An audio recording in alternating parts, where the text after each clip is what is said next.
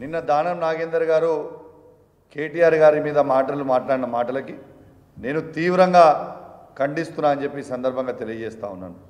ఇలా ఒకటే అడుగుతున్నా దానం నాగేందర్ గారిని, మీరు మీ స్థాయి తగ్గట్టు మాట్లాడితే మంచిగుంటుంది, మీ స్థాయి మర్చిపోయి మీరు మాట్లాడడం మంచి పద్ధతి కాదని చెప్పి నేను దానం నాగేందర్ గారు కూడా విజ్ఞప్తి చేస్తూ ఉన్నాను. ఒకటే అడుగుతున్న దానం నాగేందర్ గారిని, మీరు 22 జూన్ 2018 నాడు మీరు కాంగ్రెస్ పార్టీకి రాజీనామా చేసి బీఆర్ఎస్ పార్టీలో చేరిన నాడు కాంగ్రెస్ పార్టీ అనేది తీవ్రమైన అన్యాయం చేస్తుంది అనేది దానం నాగేందర్ గారు ఆ రోజు మాట్లాడి బీఆర్ఎస్ పార్టీలో చేరి కేసీఆర్ గారి దయ వల్ల ఎమ్మెల్యేగా గెలిచి 2 సార్లు మళ్ళా ఇలా కేసీఆర్ గారిని కేటీఆర్ గారిని విమర్శించే స్థాయిని ఇది అయిపోయిందా?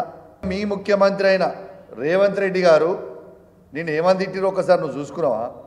రేవంత్ రెడ్డి గారు ఏమన్నారు? పంజగుట్ట చౌరస్తాలో దివాన్షి దగ్గర బీడీలు అమ్ముకునేటోడు దానం నాగేంద్ర అన్నాడు. మరి నేను ఒక్కటే అడుగుతున్నా, నీ బీడీలు అమ్ముకునేటోనివి నువ్వు, మరి ఇన్ని వేల కోట్ల రూపాయలు నువ్వు ఎట్లా సంపాదించినావు? ఇలా హైదరాబాద్లో నీకంటే ఎక్కువ హరాస్మెంట్ చేసేటోడు కూడా ఉన్నాడా? ఇలా బిడ్డ నువ్వు చేసిన కబ్జాలు, నువ్వు ఇబ్బంది పెట్టిన నీ బాధ్యతలు చాలామంది నాకు అప్రోచ్ అయ్యారు.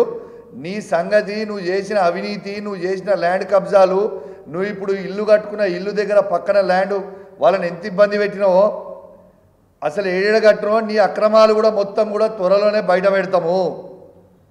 నువ్వు సంపాదించిన అక్రమ సొమ్ముని ఖచ్చితంగా బయట పెడతాము. నీకు అంత రేషం ఉంటే, నీకు నిజంగా అంత రేషం ఉంటే కేసీఆర్ కేటీఆర్ గారు పెట్టిన భిక్షకి నీ ఎమ్మెల్యే పదవికి రాజీనామా చేసి మళ్ళీ పోటీ చేయరాదా? నీకు అంత దమ్ముంటే దానం నాగేందర్తో పాటు 9 మంది పార్టీ పెట్టిన వేళ ప్రతి ఎమ్మెల్యేలు రాజీనామా చేసి మళ్ళీ పోటీ చేయండి. మీ సంగతి ఏందో ప్రజలు చెప్తారు.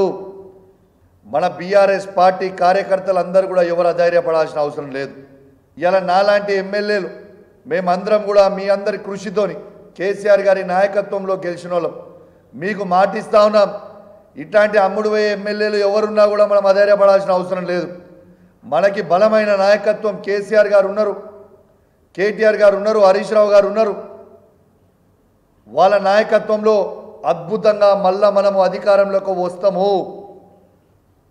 పార్టీతో నడుస్తా తప్పితే ఈ పోయిన ఎమ్మెల్యేలతో మాకు ఏ మాత్రం కూడా ఫరక్ పడేది ఏమీ లేదు. కాబట్టి ఎవరు తొందరపడి నిర్ణయాలు తీసుకోకర్రి. మీరు తీసుకొని పోతే మీరే ఇబ్బంది పడతారు ఫ్యూచర్లో తప్పితే దీంట్లో అయ్యేది ఏం లేదు.